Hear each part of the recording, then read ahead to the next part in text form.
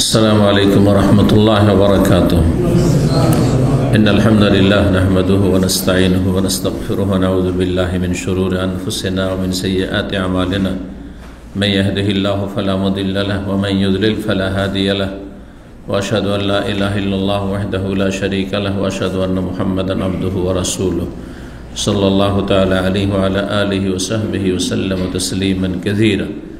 أما بعد، فقد قال الإمام البخاري رحمه الله تعالى: باب ما كان النبي صلى الله عليه وسلم لا يأكل حتى يسمى له فيعلم ما هو.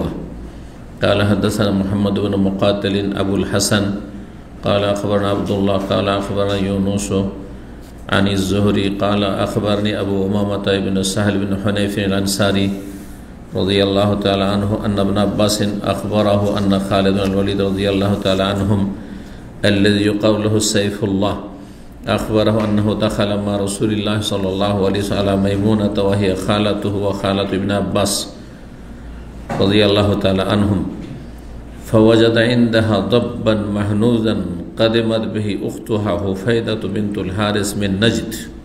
الحديث। সম্মানিত ভাতৃমণ্ডলী, আল্লাহ রাব্বুল আলামিনের প্রশংসা এবং প্রিয় নবী সাল্লাল্লাহু আলাইহি সাল্লামের উপর সালাত ও সালামের পর আজ মঙ্গলবার 18 সফর 1447 হিজরি মোতাবেক 12 আগস্ট 2025 আমাদের ধারাবাহিক আলোচনা সহিহুল বুখারীর খাদ্য পর্ব নম্বর 3। ইমাম বুখারীর এই খাদ্য পর্বের অধ্যায় নম্বর 10। এতে ইমাম বুখারী রাহিমাহুল্লাহ যে বিষয়টি নিয়ে এসেছেন তা হচ্ছে নবী সাল্লাল্লাহু আলাইহি সাল্লামের সামনে কোনো খাবার পেশ করা হলে তার কথা উল্লেখ করা হইতো যে সেটা কি, জিজ্ঞাসা করতেন, অথবা না জিজ্ঞাসা করে আগে বলা হইতো তাকে সাধারণত যে এটি হচ্ছে এই খাবার, আর তারপরে তিনি জেনে তারপরে খেতেন। পছন্দ হলে খেতেন, আর না পছন্দ হলে কোনো দোষ ত্রুটির চর্চা করতেন না। যেমন হাদিস রয়েছে, আসছে হাদিস, কোনো দোষ খাবারে চর্চা করতেন না, কোনো ত্রুটি থাকলে, খারাপ থাকলে বরং ছেড়ে দিতেন, খেতেন না। 5391 নম্বর হাদিস। হাদিস বর্ণনা করছেন সাহাবী আবু উমামা ইবনে সাহল ইবনে হুনাইফ আল আনসারী রাদিয়াল্লাহু তাআলা আনহু। তিনি বলেন, আন্না ইবনে আব্বাসিন আখবরাহু, তাকে আব্দুল্লাহ বিন আব্বাস রাদিয়াল্লাহু তাআলা আনহুমা, নবী সাল্লাল্লাহু আলাইহি ওয়াসাল্লামের চাচাতো ভাই, জানিয়েছেন ঘটনাটি কি, আন্না খালিদ বিন ওয়ালিদ আল্লাযী ইউকাল লাহু সাইফুল্লাহ, তিনি জানিয়েছেন আব্দুল্লাহ বিন আব্বাস খালিদ বিন ওয়ালিদ সম্পর্কে, যাকে বলা হয়ে থাকে আল্লাহর তরবারি সাইফুল্লাহ। তার উপাধি ছিল, নবী সাল্লাল্লাহু আলাইহি ওয়াসাল্লাম দিয়েছিলেন সাইফুল্লাহ, আল্লাহর তরবারি। জি, তার বীরত্বের কারণে। আখবরাহু, খালিদ বিন ওয়ালিদ তাকে জানিয়েছেন, মানে খালিদ বিন ওয়ালিদ সাহাবী, তাহলে আব্দুল্লাহ বিন আব্বাসকে জানিয়েছেন, আব্দুল্লাহ বিন আব্বাস জানিয়েছেন আর একজন সাহাবী আবু উমামা সাহল বিন হুনাইফ আনসারীকে, পরপর 3 জন সাহাবী রাদিয়াল্লাহু তাআলা আনহু আজমাইন। বলছেন ঘটনা যেহেতু খালিদ বিন ওয়ালিদ এবং আব্দুল্লাহ বিন আব্বাসের ঘরের, মানে খালার ঘরের, বলছেন আন্নাহু তাখালা মা রাসূলিল্লাহ সাল্লাল্লাহু আলাইহি ওয়াসাল্লাম, বলছেন যে খালিদ বিন ওয়ালিদ একদিন প্রবেশ করলেন রাসূলুল্লাহ সাল্লাল্লাহু আলাইহি ওয়াসাল্লামের সাথে আলা মাইমুনা রাদিয়াল্লাহু তাআলা আনহার ঘরে। মাইমুনা রাদিয়াল্লাহু তাআলা আনহা নবী সাল্লাল্লাহু আলাইহি ওয়াসাল্লামের সহধর্মিণী, উম্মুল মুমিনিন। মক্কার কাছাকাছি মক্কা প্রবেশ করতে, আজকাল মক্কা ঢুকতে মদিনা থেকে প্রথম যেই মহল্লাটি পড়ে নওয়ারিয়া, এখানে তার কবর আছে, এখানে বিয়ে হয়েছিল নবী সাল্লাল্লাহু আলাইহি ওয়াসাল্লামের সাথে, সফরে বিয়ে হয়েছিল। সাহাবাই কেরামের জামানায় নবী সাল্লাল্লাহু আলাইহি ওয়াসাল্লাম এবং সাহাবাই কেরামদের অনেকের সফরই বিয়ে হইত। বিয়ের জন্য আজকালকার মতো প্রস্তুতি আগে থেকে 2-4-6 মাস আগে থেকে, আর তারপরে ধুমধাম, আর তারপরে ইত্যাদি ইত্যাদি, এসব কিচ্ছু ছিল না। বিয়ে একবার সিম্পল, সাদা সিধা, এতে কোনো খরচ নেই। মেয়ে পক্ষের তো কোনোই খরচ নেই ইসলামে, আর ছেলে পক্ষের খরচ শুধু মোহর আছে এত, আর অলিমা যতটা পারে, আর অলিমা দেখলেন যার কাছে যা জুটে। জি, তো তাতে কিন্তু বরকত ছিল। আর আজকাল যত বেশি খরচ করছেন তত অশান্তি, পারিবারিক জীবনে শান্তি নেই আজকাল অধিকাংশ মানুষের। কারণ মানুষ যখন বেশি অপচয় করে তখন আল্লাহ বরকত ছিনিয়ে নেয়। বেশি অপচয় করলে বরকত আল্লাহ কমিয়ে দেন বা ছিনিয়ে নেন। আর তারপর হারামের সংমিশ্রণ, অবাধ মেলামেশা, নারী পুরুষ একাকার, বিভিন্ন হারাম কাজ বিয়েতে, এগুলো বরকতহীনতার মূল কারণ। জি। তো মাইমুনা রাদিয়াল্লাহু তাআলা ঘরে প্রবেশ করলে রাসূলুল্লাহ সাল্লাল্লাহু আলাইহি ওয়াসাল্লাম তার সাথে খালিদ বিন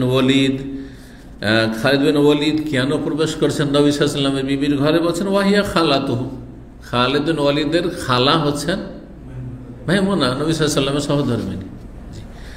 যেমন খালিদ বিন ওয়ালিদের খালা ওয়া খালাতু ইবনে আব্বাস, আব্দুল্লাহ আব্বাসেরও খালা, মানে আব্বাসও বিয়ে করেছেন মাইমুনার বোনকে, আর খালিদ বিন ওয়ালিদের বাবা ওয়ালিদ, তিনিও বিয়ে করেছিলেন কাকে?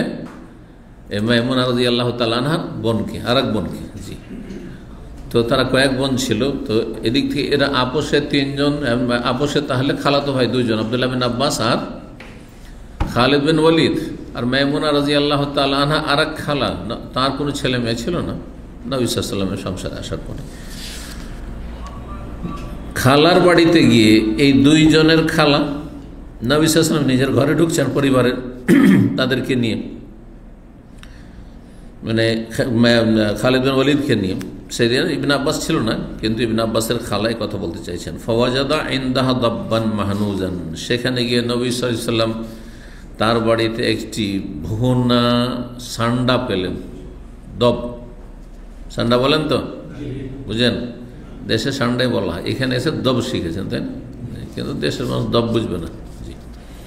কিন্তু এটা গুই সাপ না, কিছু মূর্খরা বলে যে এটি গুই সাপ, না, গুই নয়। গুই সাপের বৈশিষ্ট্য আলাদা, দম বিভিন্ন দিক থেকে ভিন্ন গুই সাপের থেকে। গুই সাপ হারাম আর দব হচ্ছে হালাল। বেশ কিছু পার্থক্য রয়েছে। আমাদের দেশে যেটা পাওয়া যায় এই সান্ডার মতো দেখতে, সেটা সান্ডা নয়, সেটা হচ্ছে গুই সাপ। দেখতেও কিছু পার্থক্য আছে, কিছু বৈশিষ্ট্য পার্থক্য আছে, ইত্যাদি ইত্যাদি। গুই সাপ হারাম এবং খবিস, আর দব হচ্ছে হালাল, যদি রুচি হয় খান। দব কোথায় পাওয়া যায়? মরুভূমি এলাকায়, মরুভূমিতে পাওয়া যায়। আমাদের দেশে মরুভূমি নেই, যার ফলে দব নেই। দেশ হচ্ছে আমাদের বন জঙ্গল, বন জঙ্গলে গুই সাপ পাওয়া যায়, বুঝছেন না? এক মোল্লা ছিল আমাদের এলাকায়, আল্লাহ হেদায়েত করে ওকে, জানি না এখন ছেড়েছি কিনা। কত যে গুই সাপ খেয়েছে, ও বলছে এটা হচ্ছে দম, এটা হচ্ছে সান্ডা, না সান্ডা নাইট। আউযুবিল্লাহ। এই জন্য এলেম যদি ভালো না থাকে, সামান্য এলেম, তাহলে নিজেকেও সর্বনাশ করে, অন্যরও সর্বনাশ করে। ওর ফতোয়াকে যদি দেখা দেখে আমল করা শুরু করে, তো ও হারাম গেল, হারাম গেল। জি। নিমমোল্লা খাতরা ইমান, কাঠমোল্লা যে অল্প স্বল্প বিদ্যা রাখে, ইমানের খাতরা, ইমানের বিপদ। যেমন কোয়াক ডাক্তার, ফুটপাতিয়া ডাক্তার, খাতরায় যান, জীবনের জন্য ঝুঁকি। লাগবে আপনার অ্যান্টিবায়োটিক 500 দিয়ে দিল 1000 পাওয়া, রুগীকে মেরেই দিল। যে কোনো ব্যথাতে দিল পেন ক্লিয়ার, একবার ব্রুফেন খাওয়িয়ে দিল, কিডনি নষ্ট করে ফেলল। হচ্ছে এটা। কিন্তু এই জন্য আজকালকার মানুষরা একটু পয়সাও হয়েছে, সচেতন হয়েছে। আগে তো কক ডাক্তারের কাছে মানুষ ওষুধ পানি নিত, এখন সাধারণত নেয় না। তো এতটা অন্তত শরীর স্বাস্থ্যের ক্ষেত্রে, দুনিয়ার ক্ষেত্রে মাশাআল্লাহ মুসলিমরা সচেতন হয়েছে। কিন্তু জান্নাত জাহান্নাম নিয়ে কোনো চিন্তা না, ওই ক্ষেত্রে এরা ঘুমন্ত। ব্যাস, যে হুজুরের বেশভূষায় আছে আর সোশ্যাল মিডিয়াতে চলে এসছে, আর তার সব কিছু ফলোয়ার হয়ে গেছে, ফ্যান হয়ে গেছে, ওর কথাই শুনছে না। ওর আকীদা ঠিক আছে কি না, ওর এলেম আছে কি না, কোথা থেকে লেখাপড়া করেছে, ব্যাস ওয়াজ করে যে একজন আলেম বলেছে, ওয়াজ করলে আলেম, সোশ্যাল মিডিয়াতে চলে আসলে আলেম হয়ে যায়, মুফতি হয়ে যায়। আল্লাহ হেদায়েত করুক, আল্লাহ হেদায়েত করুক। যার ফলে আমাদের সে উদ্ভট কথা পাওয়া যায়। হাফেজ জাহান্নামে যাবে। গত জুমের পরিকল্পনা, গত রবিবারে জিজ্ঞেস করছেন যে একজন আলেম বলেছেন যে হাফেজ জাহান্নামে যাবে, আরও কি বললো হাফেজ সম্পর্কে, এসব বলেন তো দেখি। আরে হাফেজ হওয়া যথেষ্ট নয়, শুধু হাফেজের সাথে আলেম করেন, কিন্তু হাফেজ হয়ে দোষটাই কি করলো যদি আমল ঠিক রাখে? স্কুলে পড়ে জাহান্নামে যাবে? তো যদি স্কুলে পড়ে জাহান্নামে না যায়, কলেজে পড়ে জাহান্নামে না যায়, সার্টিফিকেট দিতে পারবেন জাহান্নামের? তো হাফেজ হলে কেন জাহান্নামে চলে যাবে? তো আরো ভালো কাজ করেছে কিছু, কথা বলছেন না? তো এত জাহেলের জাহেল, আর তারা আমাদের সমাজে আলেম। প্রশ্ন করে বলছে একজন আলেম বলেছে। আমি বললাম ও আলেম হইতেই পারে না। তা আলেম কিসের ভিত্তিতে বলছেন? জানে না যে কোন মাদ্রাসা পড়েছে, জানে না যে কোথায় লেখাপড়া করেছে। সহি আকীদার আলেম, একটা কথা শুধু মিলে গেছে আপনার সাথে, হয় রফাদানিতে মিলে গেছে, আর না হলে আমিন জোরে মিলে গেছে, না দুই একটা মশলায় মিলে গেছে আপনার। এদিকে ও হচ্ছে জঙ্গিদের পৃষ্ঠপোষক, অথবা ও তবলিগীদের সাথে মহাব্বত, হ্যাঁ এই জামাতিদের সাথে মহাব্বত, শিয়াদের সাথে মহাব্বত, একটা দুটো কথা মিলে গেছে। তারপরে শুধু তাতে ক্ষান্ত না, আমি সবারই শুনি, আর যেটা ভালো লাগে ওইটা নিয়ে নিই। কত মূর্খের মূর্খ সমাজ, সবার শুনি আর তার যেটা ভালো লাগে নিয়ে নিই। যদি এতটা আপনার বোঝার শক্তি থাকতো তাহলে আপনি শুনবেন কেন? তাহলে এখানে এসে বলবেন আপনি, কারণ আপনার জাস্টিফাই করার ক্ষমতা আছে। ডাক্তারের ক্ষেত্রে কেন বলেন না? আমি যে কোনো ডাক্তার থেকে ঔষধ নিয়ে নিই, আর তারপর দেখি, আমি চিন্তা করে যে এটা আমার জন্য চলবে কি না। আছে কেউ? ফার্মেসি থেকে আমি ঔষধ নিয়ে নিই, আর তারপরে তখন দেখি যে কোনটা খাবো কোনটা খাবো না। কোনো মূর্খ নাই, কিন্তু ধর্মের ক্ষেত্রে মূর্খ, জান্নাত জাহান্নামের ক্ষেত্রে মূর্খ একেবারে। সবার কাছ থেকে এলেম নেই, যার ফলে জাতির অধিকাংশ বিভ্রান্ত। জি, আল্লাহ হেদায়েত দান করুন।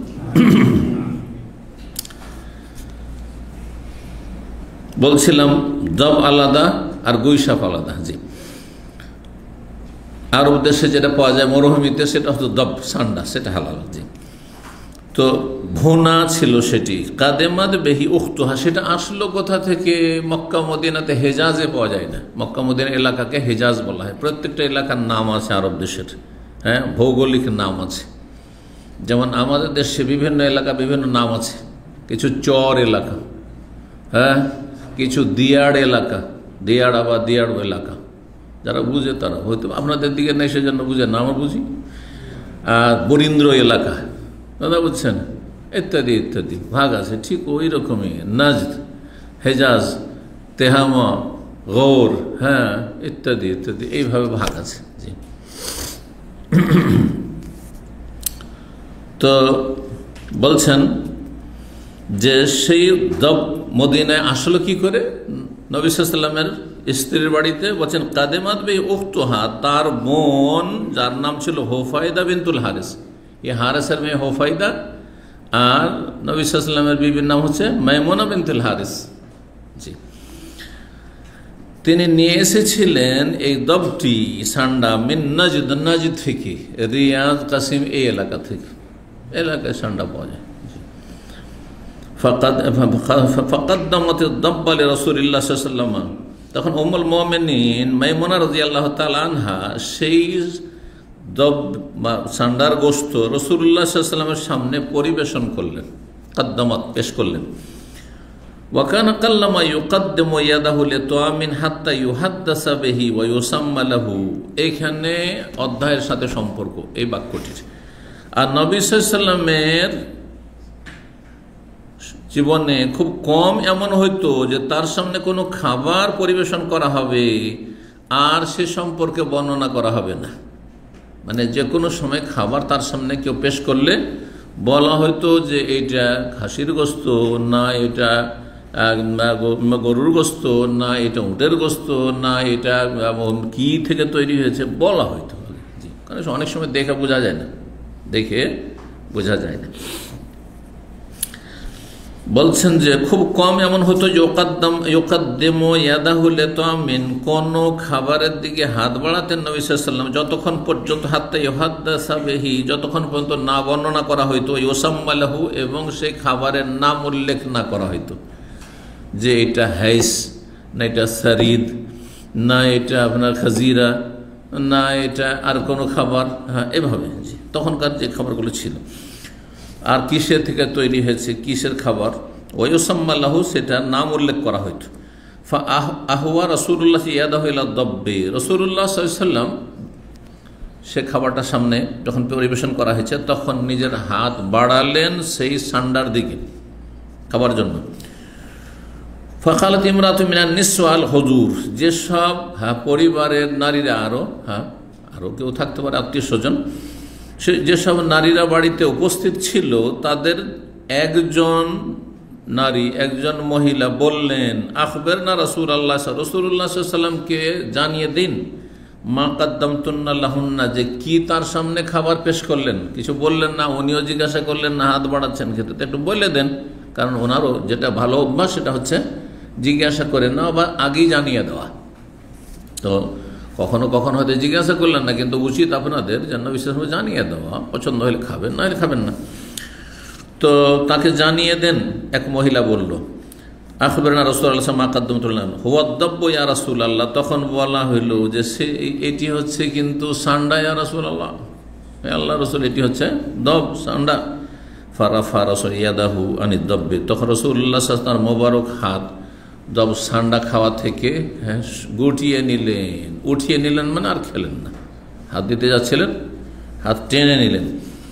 ফাকালা খালিদ বিন ওয়ালিদ, তখন খালিদ বিন ওয়ালিদ বললেন, আহারামুন দাব্ব ইয়া রাসূলুল্লাহ, হে আল্লাহ রসুল, দব কি খাওয়া হারাম যে আপনি হাত উঠিয়ে নিলেন?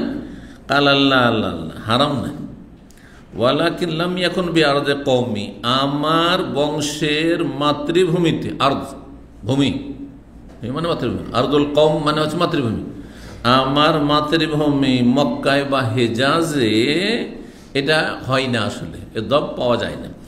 ফাআজেদনি আফহু, সুতরাং সেটি খেতে আমি অরুচি বোধ করছি। হ্যাঁ, ফাআজেদনি আমি অনুভব করছি, আফহু অরুচি, অপছন্দ লাগছে। যেটা খেতে মানুষের অভ্যাস নাই সেটা হঠাৎ করে, অধিকাংশ মানুষ পারে না, কিছু মানুষ পারে, ও সবই খেতে পারে। মানুষ দুই রকম আছে, একই বাপের ছেলে মেয়ে দুই রকম আছে। কিছু বাচ্চা যা দিবেন তাই, হ্যাঁ একবারে যা দিবেন তা, কিছু জিজ্ঞাসা করা করে না, আর কোনো অরুচি বলে কিছু নেই। কিন্তু অনেকে আছে যেগুলোকে আমাদের ভাষা বলে চারা বাচ্চা, এই চারা বেছে বেছে খাবে, এটা চলবে না, এটা খাবো না, ওটা খাবো না, যে এরকম আছে। আর সেটা যদি অন্য জাতির খাবার হয়, এখন আপনার সামনে যদি ইন্দোনেশি বা ফিলিপাইনি খাবার দেওয়া হয়, তো অনেকেই পারবেন না। ইন্দোনেশি ফিলিপাইনকে বাঙালি, আপনি ভাবছেন হাসছেন, কিন্তু বাঙালি খাবার যদি ওদেরকে দেওয়া, ওরাও পারবে না, বুঝতে পারছেন না? তো জীবনের প্রথম ইটালিয়ান নাস্তা নিয়ে এসছে আমার জন্য, আর একজন ইটালিতে সে ভালো কুক মাস্টার ছিল, ইটালিয়ান নাস্তা, এটা আগে ইটালিয়ান নাস্তা করেছে কিন্তু অন্য ধরনের, সেটা খুব ভালো লেগেছে। কিন্তু নাস্তা একবারে সিম্পল, যেমন সামদেশের লোকেরা আপনার খায়, আপনার ফিলিস্তিন বা সিরিয়ার লোকেরা আপনার জৈতুন তেল আর তারপরে ইত্যাদি ইত্যাদি, সাদা সিধা। ওতে অবশ্য শরীর স্বাস্থ্যের জন্য খুবই ভালো, কিন্তু কোনো মজা পেলাম না খেয়ে, কথা বলছেন না? ফাজাদুন আফহু, তাতে আমি অরুচি বোধ করছি। কালা খালিদ বিন ওয়ালিদের অরুচি নেই। খালিদ বিন ওয়ালিদ তো মক্কার, নবী সাল্লাল্লাহু আলাইহি ওয়াসাল্লাম মক্কার, কিন্তু পার্থক্য মানুষের তবিয়তে। বলছে ফাজতাজাজতুহু, সেটা আমি নিজের, ফাজতারারতুহু অন্য রিওয়ায়াতে রয়েছে, মানে সেটা নিজের দিকে আমি টেনে নিলাম। নবী সাল্লাল্লাহু আলাইহি ওয়াসাল্লাম খাবেন না, তখন আর মাঝখানে রাখার দরকার নেই, আমি নিজের দিকে তখন টেনে নিলাম। ফাকালতু, তারপর সেটা খেয়ে ফেললাম নবী সাল্লাল্লাহু আলাইহি ওয়াসাল্লামের সামনে, একই দস্তরখানে সে দব আমি খেয়ে ফেললাম। ও রাসূলুল্লাহ ইয়ানজুরু ইলাইয়া, রাসূলুল্লাহ আমার দিকে তাকাচ্ছেন, আমি খেয়ে ফেললাম। জি, জায়েজ আছে। আচ্ছা, যদি কেউ গরুর গোস্ত না খায়, হতে পারে এটা, গরুর গোস্ত খাওয়া সুন্নাত না, ওয়াজিব তো না, সুন্নাত না, কথা বুঝতে পারছেন না? কারণ আমরা বাঙালি সমাজে বাস করি, হিন্দুদের পাশাপাশি, আর মনে করি যে মুসলমান হওয়ার জন্য গরু খাওয়া তো শর্ত, তাই না? ভাই, কারো যদি রুচি না হয়, না খায়, কোনো দোষের কথা নেই, ও রুচি হয় না, গরুর গোস্ত খায় না, কারো স্বাস্থ্যের জন্য উপকারী নয়, অ্যালার্জি আছে, আমি জানি, এরকম আমাদের ছাত্র ভাইরে ছিল, গরুর গোস্ত খেতই না, গরুর গোস্ত খেলে ওর ফুলে যেত শরীর, অ্যালার্জি হয়ে যেত। এটা স্বাস্থ্যগত, এমনিও রুচির ব্যাপার আছে।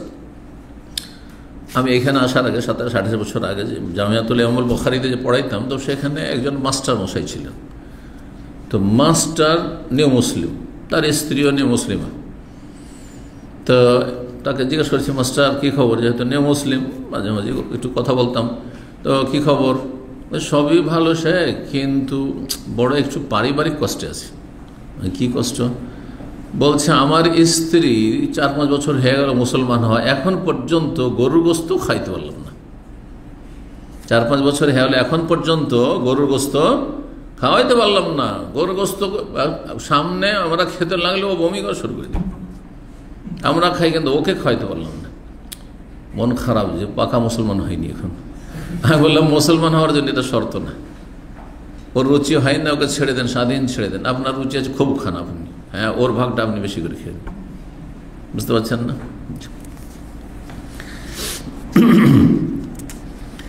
11 নম্বর অধ্যায় বাবুন তাআমুল ওয়াহিদ ইয়াকফিলিস। এই অধ্যায় হচ্ছে একজনের খাবার 2 জনের জন্য যথেষ্ট, কারণ যত বেশি লোককে শরীক করবে তত বরকত হবে। আর তারপরে যথেষ্ট বলা হয়েছে, এই নয় যে একজনের খাবার 2 জনের পেট ভর্তি হয়ে যাবে, এ কথা তো বলেন নবী সাল্লাল্লাহু আলাইহি ওয়াসাল্লাম। পেট ভর্তি করা তো উদ্দেশ্য নয়, উদ্দেশ্য হচ্ছে আপনার ক্ষুধা নিবারণ করা, ক্ষুধা মুক্ত হয়ে আপনার সুস্থ হয়ে বেঁচে থাকে। আর যত কম পরিমাণ খাবেন তত সুস্থ থাকবেন। শুধু একজনের খাবার যদি থাকে 2 জন খেয়ে দিবেই আপনি সংসার চালাতে পারেন। একজনের খাবার যদি জুটিয়ে দেন, স্বামী স্ত্রী আছেন, 2 জনের জন্য যথেষ্ট, ওরা এটা বেশি উপকারী। আমি নিজের কথা বলছি, হয়তো হাসবেন। এক সময় ভাত খেতাম, বাঙালি তরিকার ভাত খেতাম, যথেষ্ট ভাত খেতাম। 250 গ্রামের বেশি হয়তো চাউলের ভাত খেতাম। কমতে কমতে কমতে কমতে সুবহানাল্লাহ, আর 2 বার খেতাম। মাঝে মাঝে পন্তাও তো খেয়েছি, ও যুগ গেছে, ও যুগ তো অনেক আগের, তো 3 বার হয়ে যেত এটা দিয়ে। তারপরে 2 বার থেকে 1 বারে আসলো। একবার ভাত কমতে কমতে ভাত এখন অল্প ভাত খাচ্ছি, তাও শরীর আরো ভালো লাগছে। কিন্তু এক সময় শুধু ভাত আর ভাত, ভাত আর ভাত। যেমন অনেককে দেখি আপনাদের ভাতটা তো থালা ভর্তি নিতে হবে, ভাত বেশি তরকারি কম, অধিকাংশ লোকেরা খাচ্ছেন। এতে হচ্ছে কি, পেট বড় হয়ে বেরিয়ে চলে আসছে। তারপরে এটা শরীর স্বাস্থ্যের জন্য উপকারী নয়, তো অভ্যাসের ব্যাপার। তো যেই খাবারটা এখন আমার পরিবার মাঝে মাঝে বলে, যেই খাবার আপনি একবারে যে চল খেতেন আজকে থেকে 10 বছর আগে, 12 বছর আগে, 15 বছর আগে, যে মানে ইতিহাস তো জানছে পুরো, তো সেটা আপনি 3 বারও খান না এখন। 3 বার 4 বারও খান না। তো কথা হচ্ছে যে এই নয় যে মানুষ কম খেলে অসুস্থ হয়ে যাবে বা মরে যাবে, তাহলে ওই পরিমাণই থেকে যেত না। মানুষ যেমন অভ্যাস করবে তেমন হবে। উপকারী খাবার খান।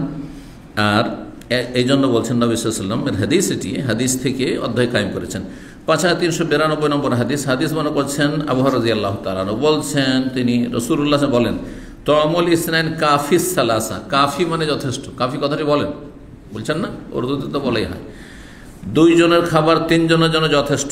তাআমুস সালাসা, 3 জনের খাবার কাফিল আরবার, 4 জনের জন্য যথেষ্ট। সুতরাং হঠাৎ করে মেহমান চলে আসলে অসুবিধা নেই, অথবা কেউ আছে এমন যাদের খাওয়াইতে হবে, হঠাৎ করে গরিব মিসকিন চলে আসলো, ফকির চলে আসলো, হঠাৎ দেখছেন যে আশেপাশে রুমমেট আছে, অভাবী আছে, একজনের খাবারে 2 জন কখনো চলবে, 2 জনের খাবারে 3 জন চলবে, 4 জনের খাবারে 5 জন 6 জনও চলবে। জি, মানে এর বেশি চলতে পারে, যত খাবার বেশি। 4 জনের খাবার 7 জনের জন্য খাওয়া যাবে। 1 জনের খাবারে যখন 2 জনের জন্য যথেষ্ট, তাহলে 4 জনের খাবারে 8 জনকেও সামিল করা যাবে, আরও 4 জনকে সামিল করে 8 জন হওয়া যাবে, যাবে না চলবে। জি। 12 নম্বর অধ্যায় বলছেন বাবুন, এ অধ্যায় আল মুমিন ইয়াকুলু ফি মিআন ওয়াহিদ। মুমিন ইমানদার ব্যক্তি যদি সত্যি হয় তাহলে 1 পেটে খায়, মানে অল্প খায়, একটা পেটে খায়। ফিহে, এই মর্মে আবু হুরায়রা রাদিয়াল্লাহু তাআলা আনহু থেকে বর্ণিত হাদিস রয়েছে, তিনি নবী সাল্লাল্লাহু আলাইহি ওয়াসাল্লাম থেকে বর্ণনা করেছেন। প্রসিদ্ধ হাদিস, বারবার করে হাদিসটি 5393 নম্বর হাদিস বর্ণনা করছেন প্রখ্যাত তাবি নাফে, আব্দুল্লাহ বিন ওমরের স্বাধীনকৃত গোলাম।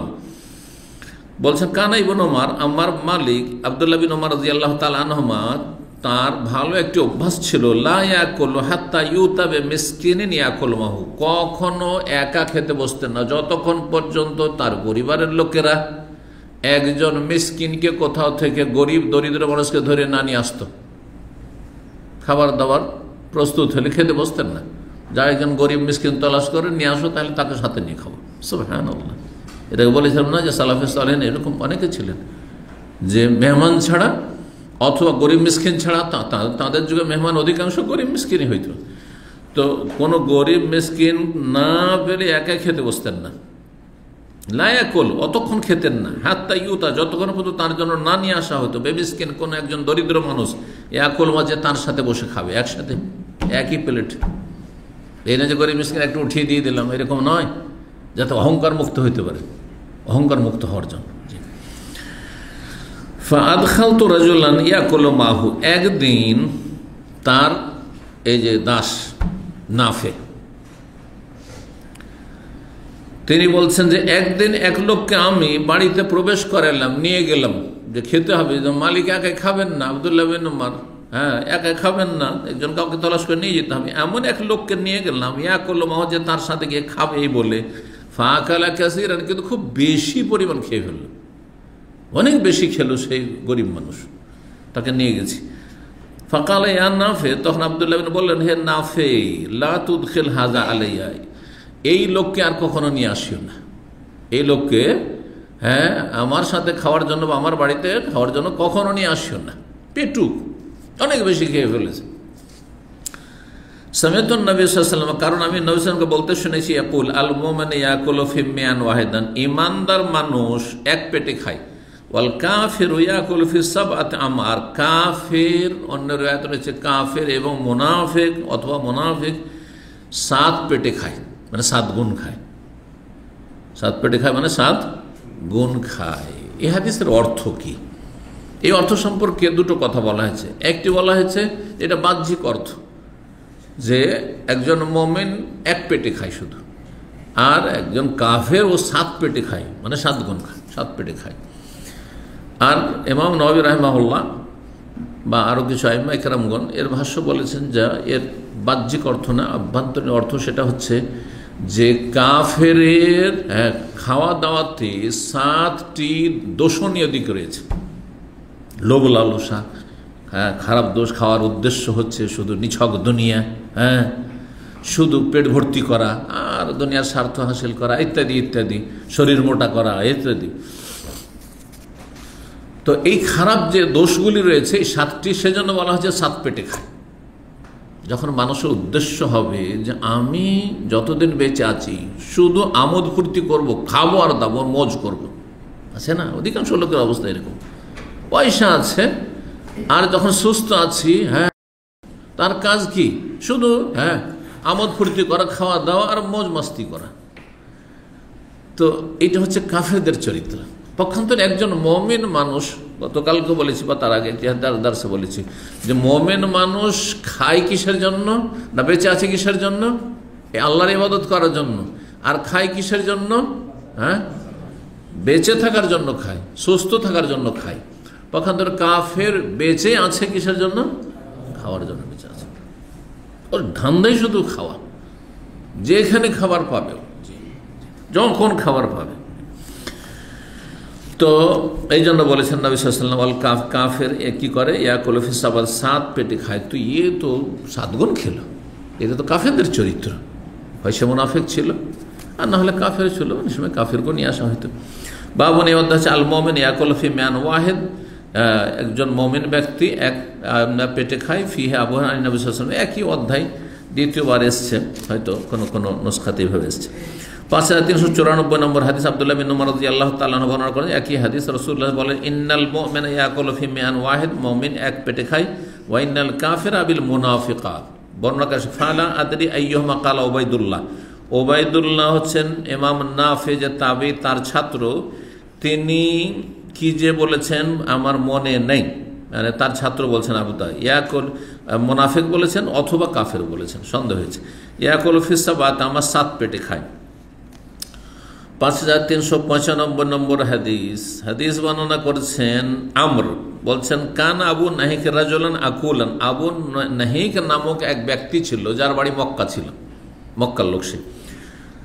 সেই ব্যক্তি মুসলিম, কিন্তু রাজুলান আকুলান, সে অধিক ভোজনকারী লোক ছিল, হ্যাঁ খুব বেশি খানেওয়ালা লোক ছিল। আকুলান আকল থেকে মোবাল্লাগার শেখা, যেমন ইলম থেকে আল্লামা মানে মহাজ্ঞানী, তেমনি আকুলান মানে খুব বেশি খানেওয়ালা ব্যক্তি ছিল, বেশি পরিমাণ খেত।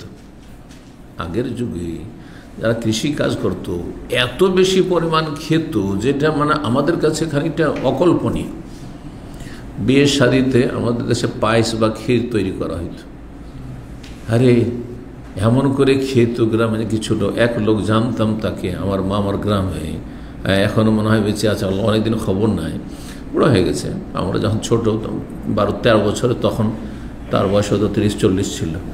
তো কম্পিটিশন লাগাইছে পায়েস খাওয়ায়, 1 গামলা ভর্তি, গামলা বোঝেন তো, 1 গামলা ভর্তি ক্ষীর 5 কিলোর মতো খেয়ে ফেলেছে।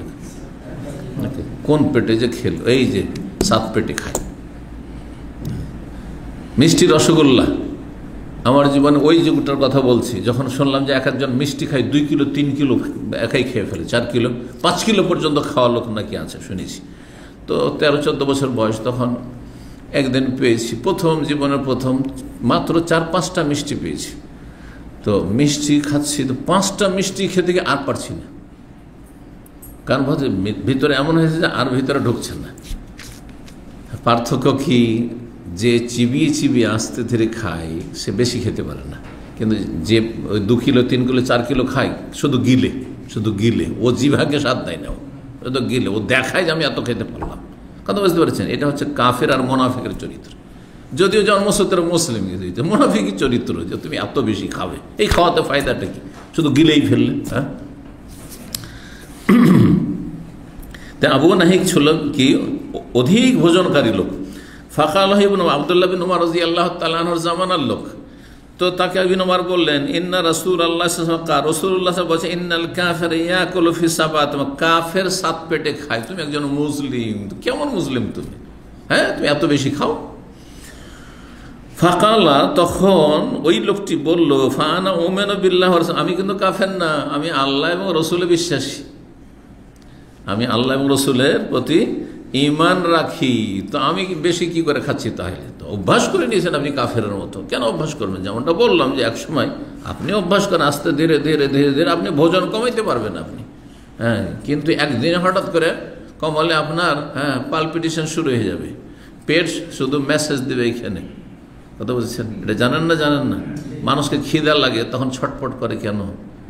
হ্যাঁ, যখন পেটে জ্বালা ধরে তখন পেট ওখান থেকে নক করে, যেমন কলিং বেল টিপার মতো, এইখানে ধাক্কা দিয়ে শুধু, হ্যাঁ খাবার দাও তাড়াতাড়ি, ছটপট করছে, তখন মাথা গরম হয়ে যায়, তাড়াতাড়ি কিছু খাবার দেয় না তো মারামারি শুরু করে দেবে, বাড়িতে হয়তো স্ত্রীকে মারপিট শুরু করে দেবে। কথা বুঝতে পেরেছেন? কিন্তু ওই যে বারবার করে যখন নক করছে, যেমন কেউ আপনার কল করছে, কলিং বেল টিপছে, কোনো সাড়া যদি না দেন তো একটু পরে চলে যাবে কিনা, ঠিক সেম ওই রকমই পেট। আল্লাহ পরীক্ষা করা জিনিস। যখন আপনার খাবারের টাইম আছে তখন পেটে জ্বালা ধরবে, দুপুরে খাওয়া দাওয়া করে আসার পরে অফিসে ওই সন্ধ্যা 5টা-6টার দিকে পেটে জ্বালা ধরবে, কারণ বারবার ব্রেনে কি করছে, নক করছে, তাড়াতাড়ি খাবার দাও মাল মশলা। কিন্তু তারপরে এটাকে ভুলে যান, পানি টানি খেয়ে এদিক সেদিক করে, আর যদি খুব বেশি একটা খেজুর খেয়ে নেন, এই যে এক কথাই মোট কথা ভুলে থাকতো, বা কাজে নিজেকে ব্যস্ত করে দেন। হ্যাঁ, ভালো কাজে নিজেকে ব্যস্ত করে দেন, দেখবেন যে 1-2 ঘন্টা পরে আর 7টা আর খিদা লাগছে না, আর খিদা লাগবে না, ওটা রাত পার করে দিতে পারবেন আপনি। জি, আজকাল ওয়াটার ফাস্টিং করছে কিছু মানুষ, বুঝলেন? ওয়াটার ফাস্টিং একদিন না, শুনে তো প্রথমে বিশ্বাসই করছিলাম না, 24 ঘন্টা 48 ঘন্টা, তারপরে 3 দিন পর্যন্ত বলছে সুস্থ আছে তারা। বলছে প্রথম পেরেশানি হয়েছে, প্রথমে একটু পেরেশানি লাগবে, কিন্তু তারপর সব ঠিক হয়ে যাবে, কারণ পেট বারবার করে মেসেজ দিচ্ছে, আঘাত করছে, খেতে দাও দেবো না, ঠান্ডা হয়ে যাবে। জি, এইটা হচ্ছে অভ্যাস মানুষের। 5396 নম্বর হাদিস, আবু হুরায়রা রাদিয়াল্লাহু তাআলা আনহু বলেন, রাসূলুল্লাহ সাল্লাল্লাহু আলাইহি ওয়াসাল্লাম বলেছেন, ইয়াকুলুল মুসলিমু ফি মিআন ওয়াহিদ, মুসলিম 1 পেটে খায়, ওয়াল কাফির ইয়াকুলু ফি সাবআতি আমআহ, কাফির 7 পেটে খায়। 5397 নম্বর হাদিস বর্ণনা করছেন আবু হুরায়রা রাদিয়াল্লাহু তাআলা বলেছেন, আন্না রাজুলান কানা ইয়াকুলু আকলান কাসীরান, জনৈক ব্যক্তি ছিল মদিনায়, সে খুব বেশি পরিমাণ খাবার খেত, অভ্যাস ছিল বেশি খাওয়া, সে কাফের ছিল। ফা আসলামা, তারপরে সে ইসলাম গ্রহণ করলো। ইসলাম গ্রহণ করার পরে ফাকানা ইয়াকুলু আকলান কালিলান, তারপরে অল্প খাওয়া শুরু করলো।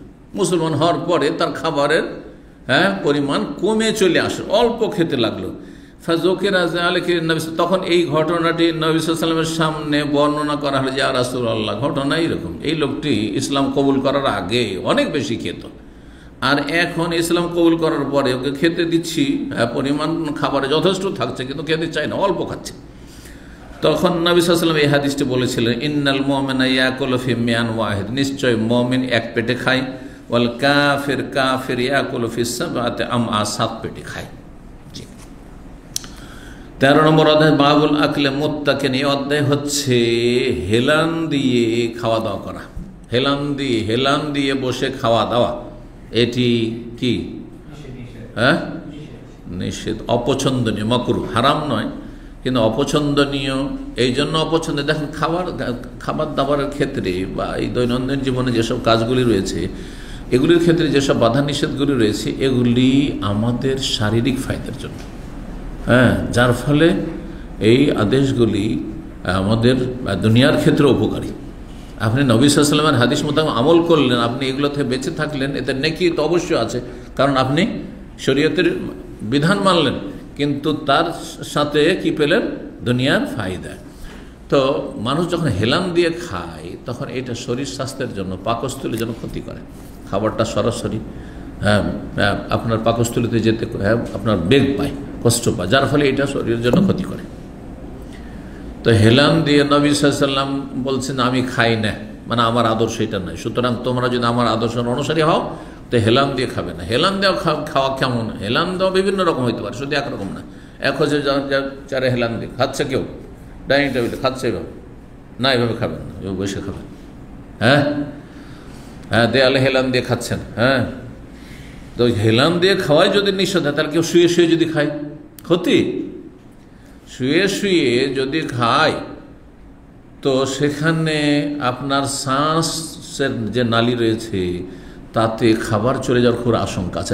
একটা দানা যদি সেদিকে চলে যায় তো মানুষ মারা যাচ্ছে, জানেন বিষয়টি। অনেক সময় আমাদের ভাত টাত বা আপনার তরকারি একটু লেগে যায়, আর কাস্তে কাস্তে অবস্থা আপনার কঠিন হয়ে যায়, মনে হয় দম বন্ধ হয়ে গেল, হয় না, মানুষ মারাও যায়। সামান্য একটু ঘ্রাণ গেছে খাবারের, হয়তো সেই শ্বাসনালীতে, সেই জন্য খাদ্যনালীতে শ্বাসনালীতে সামান্য চলে গেছে। একটা ভাত চলে গেলে তো বাঁচবেনই না আপনি, জি। তো শুয়ে শুয়ে খেলে এই জন্য রোগীকে যথাসাধ্য চেষ্টা করতে হয় শোয়া অবস্থায় খাওয়াবেন না, রোগীকে একটু হেলান দিয়ে বসিয়ে দেন, তারপরে খাওয়ান যদি পারে তো, জি। তাহলে শুয়ে খাওয়ানো এটা হেলান দেওয়ার অন্তর্ভুক্ত, বরং তার চাইতে বেশি মানে জঘন্য। আর আপনার হেলান দিয়ে খাওয়া, এমনকি একদিকে হেলান দিয়ে খাওয়া, অনেকে খাই একদিকে হাতে ভর দিয়ে, এটা হেলান দেওয়া। ডান হাতে খাচ্ছেন, বাম হাতে ভর দিয়ে আছে, এটাও মাকরুহ, অপছন্দনীয় এগুলো, জি।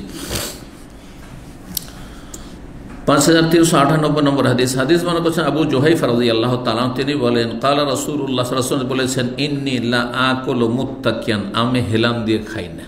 সুতরাং যারা আমার অনুসারী, আমার উম্মত, তারাও হেলান দিয়ে খাবে না। হেলান দিয়ে খেতেন না নবী সাল্লাল্লাহু আলাইহি ওয়াসাল্লাম। এতে শারীরিক ফায়দার সাথে আর একটি ইমানি ফায়দা হচ্ছে, আপনি অহংকার মুক্ত। অহংকারীরা এভাবে বসে থাকুন, অহংকারীদের দাপটই আলাদা, ওর চলাফেরা আলাদা, ওর উঠা বসা অতি বোঝা যায় যে ওর মধ্যে দাম্ভিকতা আছে। তো যখন একজন মানুষ খাচ্ছে, এটা হচ্ছে মুতাকাব্বির, অহংকারীদের চরিত্র। সুতরাং আপনি ওইরকম হবেন না, নমনীয় হন। আল্লাহর নিয়ামত খাচ্ছেন, আপনি নমনীয় হন, জি। 5399 নম্বর হাদিস বর্ণনা করছেন আবু জুহাইফা বলেছেন, কুনতু ইনদান নবী সাল্লাল্লাহু আলাইহি ওয়াসাল্লাম, একবার আমি নবী সাল্লাল্লাহু আলাইহি ওয়াসাল্লামের কাছে ছিলাম। ফাকালা লিরাজুলিন ইনদাহু, তার পাশে এক লোক বসেছিল, তাকে বলে লা আকুলু ওয়া আনা মুত্তাকি, ওই লোকটি হেলান দিয়ে একটু খাচ্ছিল। এই জন্য বলেন আমি কিন্তু হেলান দেওয়া অবস্থায় খাই না, 14 নম্বর অধ্যায় হচ্ছে বাবু সেওয়ায়ে, এই অধ্যায় হচ্ছে ভুনা গোস্ত বা অন্য কোনো খাবার, ভুনা মাছই হোক, ভুনা কিছু খাওয়া, বা গোস্ত ভুনা খাওয়া জায়েজ কিনা। নবী সাহেব জীবনে খাননি, কারণ ওই রকম ব্যবস্থা ছিল না, কিন্তু জায়েজ খাবার, জায়েজ। যদি আপনি মনে করেন যে আমার শরীর স্বাস্থ্যের জন্য ক্ষতিকর নয়, তো ভুনা খাবার খেতে পারেন। কারণ কোরআনে কারিমে রয়েছে ইব্রাহিম আলাইহিস সালাম তার বাড়িতে মেহমান ফেরেশতা মেহমানরা যখন এসেছিলেন মানুষের রূপ ধারণ করে, তিনি বলছেন মানুষই এসছে, সুতরাং খাওয়াইতে হবে। তো তিনি বাছুরের গোস্ত ভুনা করে, গোটা বাছুরকে ভুনা করে নিয়ে চলে এসেছিলেন। তো ভুনা গোস্ত খাওয়া যায়। ওয়াকাউলিল্লাহ তাআলা, মহান আল্লাহর বাণী তাফসীর, ওয়া জাআ বিইজলিন হানি, সূরা হুদের আয়াত নম্বর 69 রয়েছে, ইব্রাহিম আলাইহিস সালাম অতিথিদের জন্য ভুনা বাছুরের গোস্ত, গরুর গোস্ত নিয়ে এসে হাজির করে দিলেন। হানির মানে মাহনুজ, এই মশউই, আর আজকাল মশউই বলা হচ্ছে। 5400 নম্বর হাদিস। হাদিস বর্ণনা করছেন আবু উমামা ইবনে সাহল, তিনি ইবনে আব্বাস থেকে বর্ণনা করেছেন। হাদিসটি কিন্তু লম্বা চলে গেছে এর আগে। খালিদ বিন ওয়ালিদ থেকে তিনি বর্ণনা করেছেন, উতিয়ান নবী সাল্লাল্লাহু আলাইহি ওয়াসাল্লাম বিদাব্বিন মশউই, নবী সাল্লাল্লাহু আলাইহি ওয়াসাল্লামের সামনে একদিন ভুনা কি নিয়ে আসা হলো, দব সান্ডা নিয়ে আসা হলো। ফাআহুয়া ইলাইহি লিয়াকুল, সেটি খাওয়ার জন্য হাত বাড়ালেন। ফাকির, তখন তাকে জানানো হলো ইন্নাহু দাব্বুন, এটি হচ্ছে সান্ডার গোস্ত। ফামসাকে ইয়াদাহু, তখন তার হাতটাকে গুটিয়ে নিলেন। ফাকালা খালিদ তখন বললেন হারামুন হুয়া, এটি কি হারাম হে আল্লাহর রাসূল? কালা লা ওয়ালাকিন্নাহু লা ইয়াকুনু বিআরদি কওমি, এই সান্ডা আমার মাতৃভূমিতে পাওয়া যায় না। ফাআজাদুনি আফুহু, সুতরাং আমি অরুচি অনুভব করছি। ফাআকালা খালিদুন, খালিদ খেতে থাকলেন, রাসূলুল্লাহ সাল্লাল্লাহু আলাইহি ওয়াসাল্লাম তার দিকে তাকাতে থাকলেন। কালা মালিক আন ইবনে শাব বিদাব্বিন মাহনুজ, হ্যাঁ এখানে রয়েছে কি বিদাব্বিন মশউই, আর অন্য বর্ণনাকারী বলেছেন বিদাব্বিন মাহনুজ, একই অর্থ। জি। 15 নম্বর অধ্যায় বাবুল খাজিরা, এই অধ্যায় হচ্ছে খাজিরা খাবার সম্পর্কে। জি, সেই যুগে খাজিরা খাবার ছিল। খাবার যে কোনো ধরনের আপনি তৈরি করে খেতে পারেন, খাবার যদি হালাল হয় আর আপনার জন্য শরীর স্বাস্থ্যের জন্য উপকারী হয়, অপকারী বেশি ক্ষতিকারক না হয়, তাহলে আপনি খেতে পারেন। কিছু কিছু খাবার আছে ক্ষতি আছে, কিন্তু এমন ক্ষতি নেই যেখানে প্রাণনাশ হয়ে যাবে, তাহলে জায়েজ আছে। যেমন ফাস্ট ফুড খাওয়া, ফাস্ট ফুড উপকার আছে না অপকার? উপকার নেই, উপকার নেই, জাঙ্ক ফুড। কিন্তু কথা হচ্ছে যে খাওয়া জায়েজ, হ্যাঁ ক্ষতি আছে, কিন্তু এত বেশি ক্ষতি নয় যেটা মারাত্মক হয়ে যাবে। কোনো খাবার যদি মারাত্মক ক্ষতির আশঙ্কা থাকে তখন সেটা জায়েজ নয়, এটা হচ্ছে শরীয়তের বিধান। খাজিরা নামক খাবার নবী সাল্লাল্লাহু আলাইহি ওয়াসাল্লামের আমলে ছিল, সেই খাজিরার কথা আছে। কালান নাদির বিন শুমাইল একজন মুহাদ্দিস বা বর্ণনাকারী বলছেন, আল খাজিরা মিনান নখালা, খাজিরা আটা মিশিয়ে হইতো, হ্যাঁ গম বা জবের আটা, এই যে নখালা বলা হয় এমন আটা, বিনা চালা আটা। আর নবী সাল্লাল্লাহু আলাইহি ওয়াসাল্লাম আমলে চালাচুলি হইতো না, পিসার পরে জবে তো আরও বেশি খোসা থাকে, গমের চেয়ে অনেক বেশি। দেখেছেন জব না? দেখেন নাই? হ্যাঁ হ্যাঁ, সবাই কিন্তু মাথা নড়ায়নি। জবটা কমপক্ষে খাবেন না তো, দেখিয়েন, এত উপকারী খাবার। আমি যদি এখন জব যদি পর্যাপ্ত পেতাম তো ডেলি জবই খেতাম, আমি এই গমই খেতাম না, কারণ গমের চাইতে জব অনেক ভালো, ভাতের চাইতে অনেক ভালো। এর উপকারিতা আজকাল মেডিকেল সায়েন্সে অনেক বেশি বলছে, অনেক বেশি। তো 1400 বছর আগে নবী সাল্লাল্লাহু আলাইহি ওয়াসাল্লাম বলেছেন সেটার কথা। খাজিরা হয় আপনার বিনা চালা আটা মিশিয়ে, আর হারিরা মিনাল লাবান, দুধ মিশিয়ে তৈরি করা হইতো। তো খাবারটা খাজিরার খাবার কেমন হতো, খাজিরা সম্পর্কে উলামায়ে কেরামগণ বলেছেন যে সেই যুগের খাবার, প্রথম তাতে গোস্ত টুকরো টুকরো কাটা হতো। আরবরা কিন্তু ছোট ছোট, আমরা যে ছোট ছোট টুকরো করি গোস্তের, হ্যাঁ এইরকম করেন না, সাধারণত গোটা, হ্যাঁ গোটা থাকে, যেমন গোটা মুরগি দিয়ে দিয়েছে, হ্যাঁ আরবরা খাচ্ছে, বা গোটা ছাগল, এইটা হচ্ছে আসল খাবার আরবদের। কিন্তু খাজিরা যখন তৈরি করতেন তখন গোস্তকে ছোট ছোট করে টুকরো করে নিতেন। জি হ্যাঁ, কিমার মতো একেবারে নয়, কিন্তু আমরা যেমন গোস্তের ছোট ছোট পিস করি, এরকম ছোট ছোট পিস করে নিন এইরকম, বা ওর চাইতে ছোট করে নিতেন। তো ছোট ছোট করে টুকরো করা হতো গোস্ত, আর তারপরে সেটা অনেক বেশি পরিমাণ পানিতে দিয়ে দেওয়া হতো, আর পানিটাকে ফুটানো হইতো, এইরকম ফুটানো হইতো, আর সেখান থেকে মারাক মানে ঝোল অনেক হয়ে গেল, ঝোল হইলো। আর তারপরে তখন তাতে জবের কিছু আটা দিয়ে দেওয়া হতো, ছেড়ে দেওয়া হতো, জবের আটা মিশিয়ে দেওয়া হইতো, এই দিয়ে তৈরি করতে। তাহলে জবের আটা, পানি আর গোস্ত, এই দিয়ে তৈরি করা হতো, সেটাকে খাজিরা নামক খাবার বলা হইতো। তো এই খাজিরা খাবারের কথা এখানে হাদিস উল্লেখ করেছে। 5401 নম্বর হাদিস। হাদিস বর্ণনা করছেন মাহমুদ বিন রবি আনসারি রাদিয়াল্লাহু তাআলা, তিনি বলেন আন্না ইতবান বিন মালিক, ইতবান বিন মালিক রাদিয়াল্লাহু তাআলা, তিনি আনসারি ছিলেন, এবং ওখানা মিন আসহাবিন নবী নবী সাল্লাল্লাহু আলাইহি ওয়াসাল্লামের সাহাবায়ে কেরামদের অন্যতম ব্যক্তি ছিলেন। মিম্মান শাহেদা বাদরান, যিনি বদরের যুদ্ধেও শরীক হয়েছে, 313 জনের একজন ছিলেন তিনি। মিনাল আনসার, আনসার গোত্রের। আন্নাহু আতান, একদিন নবী সাল্লাল্লাহু আলাইহি ওয়াসাল্লামের কাছে তিনি আসলেন, এসে বললেন, তার বার্ধক্য চলে আসার পরে, বয়োজ্যেষ্ঠ ছিলেন, শেষ দিকে তার দৃষ্টিশক্তি একবার হ্রাস পেয়েছিল, ভালো করে দেখতেন না বা দেখতে পেতেন না, অন্ধ হয়ে গেছে বা অন্ধর কাছাকাছি হয়ে গেছিলেন। আন্নাহু আতান নবী সাল্লাল্লাহু আলাইহি ওয়াসাল্লাম, এসে বললেন নবী সাল্লাল্লাহু আলাইহি ওয়াসাল্লাম, ইয়া রাসূলুল্লাহ, আল্লাহর রাসূল, ইন্নী আনকারতু বাসারি, আমার দৃষ্টিশক্তি দুর্বল হয়ে গেছে, আমি ভালো করে চোখে দেখতে পাই না। ওয়া আনা উসাল্লি লিকওমি, আমি আমার জাতির, আমার গোত্রের মসজিদের ইমামতি করি।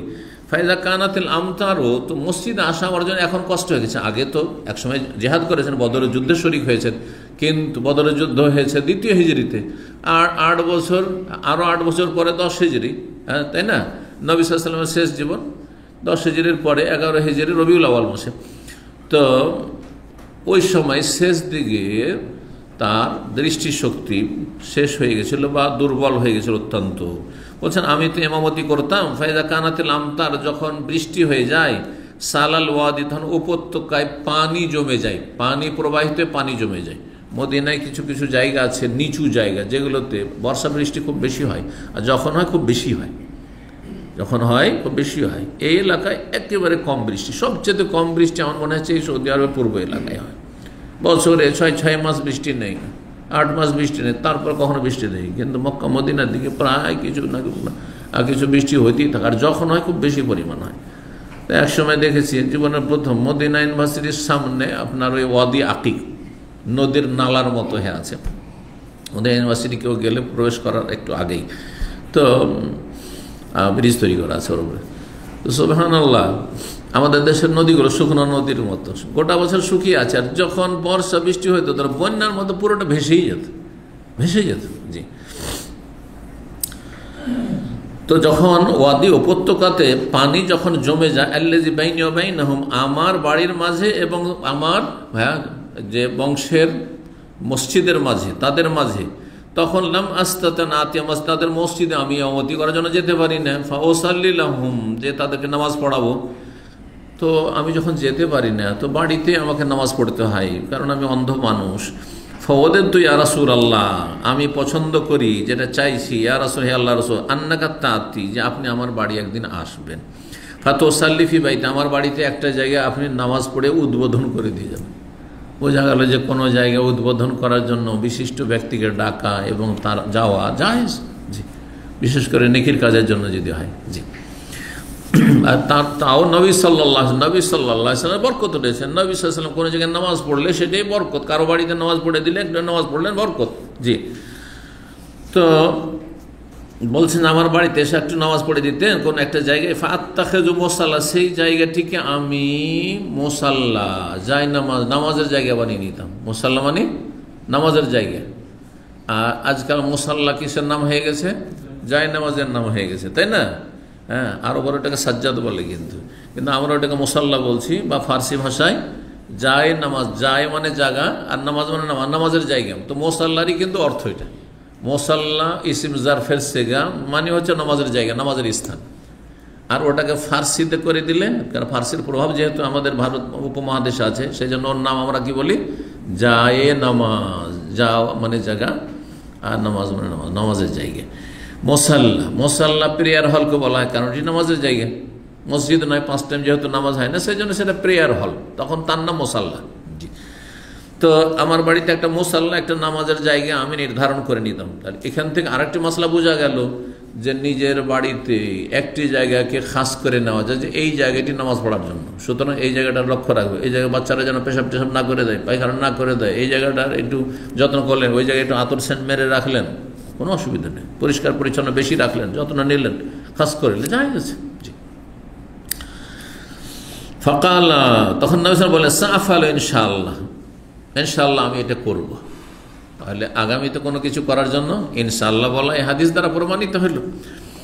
কালা ইতবান বলছেন, ফাগাদা আলিয়া রাসূলুল্লাহ সাল্লাল্লাহু আলাইহি ওয়াসাল্লাম আমার বাড়িতে সকাল সকাল চলে আসলেন, ওয়াদা করলেন, তারপর সকাল সকাল চলে আসেন। তার সাথে কে ছিলেন? আবু বকর ছিলেন। সকালবেলা আসলেন, কিন্তু সময়টা কখন ছিল? সকাল থেকে নিয়ে দুপুর পর্যন্ত আসার যে সময়টি, এই পুরোটাকে গাদা বলা হয়, মানে সকালবেলা যাওয়া। সকালবেলা আমার বাড়িতে আসেন রাসূলুল্লাহ সাল্লাল্লাহু আলাইহি ওয়াসাল্লাম, আবু বকর আসেন হেনার তাফান নাহার, যখন দিন একটু হয়ে গেছে, মানে একেবারে ভরে ভরে নয়, দিন একটু চড়ে গেছে বা হয়ে গেছে। তো ফাস্তা জানা, তারপরে এসে ফাস্তা জানান নবী সাল্লাল্লাহু আলাইহি ওয়াসাল্লাম অনুমতি চাইলেন। বোঝা গেল যে যতই বড় ব্যক্তি হন না কেন, পরের বাড়িতে গেলে আপনি কি করবেন? ঢোকার জন্য অনুমতি চাইবেন। এই নয় যে আমার ছাত্রর বাড়িতে, আরে তো ও আমার ছাত্র, তো ওর স্ত্রী আমার ছাত্রী, বলে আমি ঢুকে পড়বো? হ্যাঁ, না না না, এই হাদিস প্রমাণ করে যে না, অনুমতি নিতে হবে। যদি আসতে বলেন তো আসবো, নাহলে বাইরেতে কথা বলে শেষ। জি, অনেক মাসাইল কিন্তু এই হাদিসতে ইস্তেমাল করতে পারবেন। হাদিসটি সময় সলভ করার জন্য কিছু কিছু মাসলা আমি বলতে যাচ্ছি। ফাযানতু লাহু, আমি অনুমতি দিলাম। ফালাম ইয়াজলিস, এসে বসলেন না। হাত্তা দাখাল বাইত, বাড়িতে প্রবেশ করেই সুম্মা ক্বাল আলী, আমাকে বলেন আইনা তুহিব্বু আন উসাল্লি মিন বাইতিক। এখান থেকে বোঝা গেল যে আপনি কোনো জায়গায় যদি কোনো কাজে যান, আগে যেটা গুরুত্বপূর্ণ কাজ ওইটা সেরে নেন, তারপর অন্য কাজ করি, অন্য কাজ করি। যেটা বেশি গুরুত্বপূর্ণ কাজ সেটা করে নিয়ে তারপর অন্য কাজ করেন। আলহামদুলিল্লাহ আমি এটা চেষ্টা করি। আমি বোম্বাই 4 বার করে পিস টিভি রেকর্ডিংয়ে গিয়েছি। প্রথম গিয়ে খাওয়া দাওয়ায় খুব সতর্ক থাকতাম, কারণ যেই সেই জিনিস খেয়ে ঠান্ডা খেয়ে নিলাম, পাচ্ছি ফ্রি হোটেলে, আমি কখনো আমি আইসক্রিম খেয়ে নিলাম, কখনো আমি ফালুদা খেয়ে নিলাম ঠান্ডা জিনিস, কখনো আমি কলা পর্যন্ত খেতাম না। হ্যাঁ, অন্য ফুড কিন্তু কলা পর্যন্ত খেতাম না, কারণ কী জানি যদি গলা খারাপ হয়ে যায়। আর আমার সাথে সঙ্গী আর অন্য স্পিকার 2-1 ছিল, নাম বলছি না, যতবার গেছে প্রত্যেকবারই গলা খারাপ হয়েছে, গলা বসে গেছে। কারণ 1 দিন 2 দিনের ব্যাপার তো নয়, 22 দিন পর্যন্ত থেকেছে। আর ডেইলি 7 ঘন্টা 8 ঘন্টা করে রেকর্ডিং, এক দিন 8টা 10টা এপিসোড, আপনার 10টা পর্যন্ত এপিসোড, আর একটা এপিসোড আপনার 27 মিনিট করে হইতো। তো রেকর্ডিং করা তো মোটামুটি 7-8 ঘন্টা লেগে যেত হতে। হ্যাঁ, তার মাঝখানে একবার বিরতি থাকতে হতে, খাওয়া দাওয়া হইতো। তো যার ফলে আগে আমার গুরুত্বপূর্ণ কাজ, যেদিন আমার এই রেকর্ডিং শেষ হয়ে গেল, তারপরে 2-1 দিন এখন একটু বোম্বাই ঘুরি, দেখিনি, ঘুরে ঘুরে দেখি বোম্বাই। তখন সাগর দেখতে যাওয়া, আর এখানে যাওয়া, ওখানে যাওয়া, চলো একটু ঘুরিয়ে দেখা। আর তখন ওই IRF তাদের অফিস দেখতে যাওয়া, তার আগে অফিসও দেখতে যাই তাদের, হোটেলে তো হোটেল, আর ওই আপনার যেখানে স্টুডিও। আর তারপরে তখন এখন ফ্রি হয়ে খাওয়া দাওয়া, এই সফরে, এবারে যে সফরে গেছি তো ওই এরকমই সব খাবার না, যেগুলোতে ঠান্ডা লেগে যাবে। হ্যাঁ, ছেলে বলে যে আইসক্রিম, কারণ আইসক্রিমটা আজকাল মানে যত ঠান্ডা আরও আইসক্রিম নাকি খেতে হবে বলছে। তো আমি কিন্তু আবার ভয় পাই যে কী জানি যদি গলা খারাপ হয়ে জানো যে এখন আইসক্রিম খাবো না। আচ্ছা ঠিক আছে, এখন বক্তব্য যেদিন শেষ হয়ে গেছে, আচ্ছা ঠিক আছে, এখন যত খাওয়াবে খাও, অসুবিধা নেই, চলো 2-4 দিন গিয়ে হ্যাঁ বাসাতে গিয়ে আবার রেস্ট করা যাবে। জি, তো যদিও এখানকারও চিন্তা আছে, আমাকে গলা সবসময় ঠিক রাখতে হবে। তারপরে তো কথা হচ্ছে যে একটা কথা সবসময় চেষ্টা করতে হয়, যেটা আল আহাম, বেশি আমার গুরুত্বপূর্ণ, সেটা ঠিক রেখে অন্য কাজ, সেটা ঠিক রেখে সেটা যখন হয়ে যাবে তখন অন্য কাজে ব্যস্ত হন। গেলেন আপনি, আর আসল কাজ হয়নি, আর দেখি একটু এইদিক ওইদিক ঘোরাফেরা করি, ও করতে গিয়ে কোথায় দুর্ঘটনা হয়ে গেলো, ঝামেলে পড়ে গেলেন, আসল কাজই হইল না। হতে পারে না। আগে জরুরি কাজটা সেরে নেন, তারপরে অন্য কাজ যেগুলো গ্যার জরুরি না সেগুলো করেন। তো বলছেন সরাসরি গিয়ে নবী সাল্লাল্লাহু আলাইহি ওয়াসাল্লাম কি করলেন? কোথায় নামাজ পড়াইতে বলছো বা নামাজ পড়তে বলছো বলো। ফাআশারতু ইলা নাহিয়াতি মিনাল বাইত, বাড়ির এক কোণার দিকে আমি ইঙ্গিত করলাম যে এই জায়গাটা আপনি নামাজ পড়ে দেন ইয়া রাসূলুল্লাহ। তাহলে বোঝা গেল যে মুসাল্লা, নামাজের জায়গা এক কোণাতে থাকাই ভালো। হ্যাঁ, যে জায়গাটিকে সুন্দর করে রাখা, পরিষ্কার পরিচ্ছন্ন রাখা, যত্ন করা বেশি সুবিধা হবে। কিন্তু আপনার মাঝখানে যদি হয় তো সেটা অনেক সময় সম্ভব হবে না। জি, সেখানে অন্য কাজের প্রয়োজন হইতে পারে। তো এক কোণাতে থাকলো, আপনার ঘরের এক কোণাতে একদিকে থাকলো যে ওইখানে এই জায়গাটা আমার নামাজের জায়গা, এটাকে যত্ন করব। তারপরে বলছেন ফাকামান নবী সাল্লাল্লাহু আলাইহি ওয়াসাল্লাম, নবী সাল্লাল্লাহু আলাইহি ওয়াসাল্লাম দাঁড়িয়ে গেলেন সলাতে। ফাকাব্বারা, তাকবীর বললেন, তাকবীরে তাহরিমা দিয়ে নামাজ শুরু হবে। নয়তো পড়লেন, তার নিয়ত পড়া বেদাত, পড়েননি নবী সাল্লাল্লাহু আলাইহি ওয়াসাল্লাম। বোঝা গেল না গেল না? জায়নামাজের দোয়া পড়লেন, তাহলে জায়নামাজের দোয়া পড়া বেদাত। আনা ইমামুল লিমান হাজার বললেন, আমি ইমাম, যারা হাজির নয় যদি আসে বললেন, তাহলে এটা 3 নম্বর বেদাত। এই 3 বেদাত দিয়ে দেশীয় হানাফি নামাজ হয়, রাগ করবেন না, কারণ হানাফিরা এইভাবেই নামাজ পড়ায় 3 বেদাত দিয়ে শুরু করে। তো 3 বেদাত দিয়ে নামাজ পড়বেন, তো নামাজ কি করে কবুল হয়? তো নবী তরিকা তো হলো না। নবী সরাসরি ফাক্কাব্বারা, স্পষ্ট তাকবীর বললেন, ফাসাফাফনা, আমরা কাতার লাগাইলাম, ফাসাল্লা রাকাতাইন, পেছনে কাতার লাগালেন, তাহলে এতবার। তাই নবী সাল্লাল্লাহু আলাইহি সাল্লাম বাড়িতে দাঁড়াইলেন সামনে আর পিছনে, তারা কাতার লাগালেন, ফাসাল্লা রাকাতাইন, 2 রাকাত নামাজ পড়াইলেন, সুম্মা সাল্লামা, তারপরে সালাম ফিরলেন, মোনাজাত করলেন। তাহলে মোনাজাত বেদাত, বোঝা গেছে না? সালাম ফিরলেন, সালামে শেষ হয়ে যায়, আর শুরু হয় কি দিয়ে? নামাজ তাকবীরে তাহরিমা দিয়ে শুরু হয়। এটি হচ্ছে নবী সাল্লাল্লাহু আলাইহি সাল্লামের ছেড়ে যাওয়ার নামাজ। এই ভিন্ন নামাজ পড়লে নামাজ আপনার কবুলের চান্স নেই। ভালো করে বোঝার চেষ্টা করেন। এবার রসুলের হাদিস থেকে বুঝেন সাল্লাল্লাহু আলাইহি ওয়াসাল্লাম। এই হাদিস থেকে আরো বোঝা গেল যে নফল নামাজ কখনো কখনো জামাত করে পড়া যাবে। জামাত করলেন না? এ কথা বললেন না যে নফলে জামাত নাই, হ্যাঁ তোমরা লাগিও না, তোমার আলাদা আলাদা পড়ো। বলছেন নবী সাল্লাল্লাহু আলাইহি ওয়াসাল্লাম তাকবীর দিয়ে শুরু করলেন, আমরা কাতার লাগিয়ে দিলাম, মানে তার ইক্তেদা করে নামাজ পড়লাম। আচ্ছা, ইক্তেদা যে করলেন মুক্তাদিরা, ওরা বলে ইক্তেদাতে বেহাজাল ইমাম বলেছেন, নাই কেন? তাহলে বোঝা ইক্তেদাই তো বেহাজাল ইমাম বলা, এইটাও বেদাত, তাদের প্রচলিত নামাজের বেদাত। এটা প্রকৃত নামাজ নাই, রাসূলুল্লাহ সাল্লাল্লাহু আলাইহি ওয়াসাল্লাম নামাজ নাই। জি, তো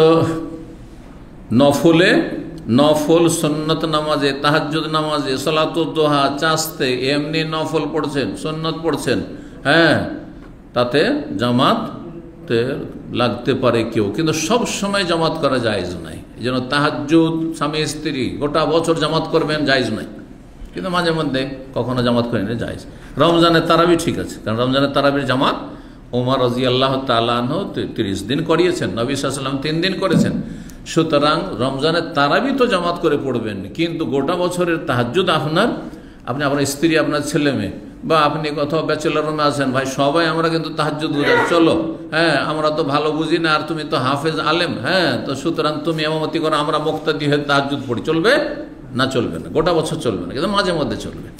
এই হাদিস হচ্ছে জায়েজ হওয়ার দলিল, কিন্তু সব সময় নবী বেশিরভাগই জামাত যেহেতু করা হয়নি, না সালাতুদ দুহা চাস্তের নামাজে, না তাহাজ্জুদের নামাজে, না এমনি নফল নামাজে, সুন্নত নামাজে, সুতরাং করবেন না। মাঝে মধ্যে আপনার সাথে আপনার স্ত্রী লেগে গেল, অথবা আপনার ছেলে মেয়েরা লেগে গেল, কোনো অসুবিধা নেই। আপনার রুমমেট যারা আছে প্রবাসী, তারা লেগে গেল, কোনো অসুবিধা নেই, জায়েজ আছে। জি, এই হাদিস হচ্ছে এর দলিল। ও হাবাসনাহু আলা খাজিরিন, এইটি হচ্ছে এই অধ্যায়ের সাথে সম্পর্কিত লম্বা হাদিসের। আর তারপরে নবী সাল্লাল্লাহু আলাইহি ওয়াসাল্লামকে আমরা থামিয়ে দিলাম, কিসের জন্য? বা বসিয়ে দিলাম। হাবাসা মানে থামিয়ে দেওয়া। জি, থামিয়ে দিলাম, যে রাসূলুল্লাহ সাল্লাল্লাহু আলাইহি ওয়াসাল্লামকে আমরা কি অনুরোধ করলাম, ইয়া রাসূলুল্লাহ থামেন, বসেন, কাজ আপনার হয়েছে কিন্তু থামেন, আমাদের কাজ বাকি আছে। কি? আলা খাজিরিন, খাজির খাওয়ানোর জন্য। এই খাজির বা খাজিরা নামক খাবার খাওয়ানোর জন্য। সানানাহু, যা আমরা তৈরি করেছিলাম। ফাসাবা ফিল বাইতে রিজালুন, মহল্লার লোকেরা জানতে পেরেছে যে নবী সাল্লাল্লাহু আলাইহি ওয়াসাল্লাম এতমানের বাড়িতে এসেছে। আর কি, গোটা গ্রামের, গোটা মহল্লার, ওই পাড়ার সমস্ত লোক এসে একবারে ভিড় জমিয়েছে, বাড়ি ঘর ভর্তি সব। হ্যাঁ, এখান থেকে বোঝা গেল আরেকটি মাসলা, যে বিশিষ্ট ব্যক্তি কেউ যদি, বড় মানুষ কেউ আসে আর তাকে দেখার জন্য, তার সাথে সালাম দোয়া করার জন্য যদি কেউ চলে আসে, তো এটা ভালো জিনিস, বরং তার হক। হ্যাঁ, আমি তো আর সবার বাড়ি বাড়ি যেতে পারবো না। উদাহরণস্বরূপ, আমি ধরেন কোনো একটা গ্রামে, কোনো একটা মহল্লায় গেছি, কোনো একটা শহরে, জানতে পারলেন যে ওখানে এসছে, এখন সবার বাড়িতে আমি যেতে পারবো না। সবাই আসলে দেখা সাক্ষাৎ হয়ে গেল, এটা একজন মেহমানের, একজন বিশিষ্ট ব্যক্তির হকও আদায় হইল, আর এটা ভালোবাসাও প্রমাণিত হইল, হ্যাঁ জি, আল্লাহর জন্য। জি, তাই এটা এই হাদিসে এরই প্রমাণ রয়েছে। বলছে ফাসাবা ফিল বাইতে, সাবা মানে ঝাঁপিয়ে পড়লো, ফিল বাইতে বাড়িতে, রেজাল মিন আহলিদ দারে, মহল্লার, আহলুদ্দার মানে মহল্লা, এখানে দার মানে বাড়ি নয়, কয়েকটা বাড়ি, কেউ কয়েকটা বাড়ি নিয়ে মহল্লা হয়, পাড়া হয়, তো ওই পাড়ার বা ওই মহল্লার বেশ কিছু পুরুষ লোকেরা ঝাঁপিয়ে পড়েছে, যাও আদাদিন, বেশ কিছু সংখ্যা লোক, মানে অনেক সংখ্যা লোক। ফাজতামু, তার সবাই গ্যাদারিং করেছে, একত্রিত হয়েছে। ফাকাল কায়েলুম মিনহুম, সবাই জমা হয়েছে, কিন্তু ওই মহল্লার একজন লোককে দেখতে পাই না, একজন লোক নেই। তার নাম ছিল মালিক ইবনে দখশন। তো তাদেরই একজন, ওই মহল্লারই একজন লোক, জনৈক ব্যক্তি বলে উঠলো, আইনা মালিক ইবনে দখশন, মালিক বিন দখশন কোথায়? ও তো ইসলাম কবুল করেছে, নবী সাল্লাল্লাহু আলাইহি ওয়াসাল্লাম আমাদের মহল্লায় এসেছে, দেখা করতে কেন আসলো না? দেখা করতে কেন আসলেন? ফাকাল আব্বাস, তাদের একজন তখন একজন জিজ্ঞাসা করলো, আর একজন একটা বিরূপ মন্তব্য করে দিল। হ্যাঁ, উল্টো মন্তব্য করে দিল, কি? যালিকা মুনাফিকুন, এ তো মুনাফিক, না হলে আসবে না কেন? রাসূলুল্লাহ সাল্লাল্লাহু আলাইহি ওয়াসাল্লাম এসেছেন, জানছে সে, কেন জানবে না? হ্যাঁ, সে এলো না কেন? মুনাফিক লা ইউহিব্বুল্লাহ ওয়া রাসূলুহু, সে আল্লাহ রসুলকে ভালোবাসে না। আল্লাহকে রসুলকে যদি ভালোবাসতো তো অবশ্যই ছুটে আসতো নবী সাল্লাল্লাহু আলাইহি ওয়াসাল্লামের সাথে সাক্ষাৎ করার জন্য। কালা নবী সাল্লাল্লাহু, নবী সাল্লাল্লাহু আলাইহি ওয়াসাল্লামের পক্ষে তো কথাটি হলো, কারণ সবাই চায় যে আমার সাথে ভিড় ভাড় করে দেখা করুক, মানুষের এটা স্বভাব, তাই না? হ্যাঁ, কিন্তু নবী সাল্লাল্লাহু আলাইহি ওয়াসাল্লাম কি আমাদের মতো দুর্বল ইমানের? হ্যাঁ, নবী সাল্লাল্লাহু আলাইহি ওয়াসাল্লাম তার পক্ষ নিলেন যে তোমার কথা ঠিকই আছে, কেন দেখা করলো না বেয়াদবটা, তাই না?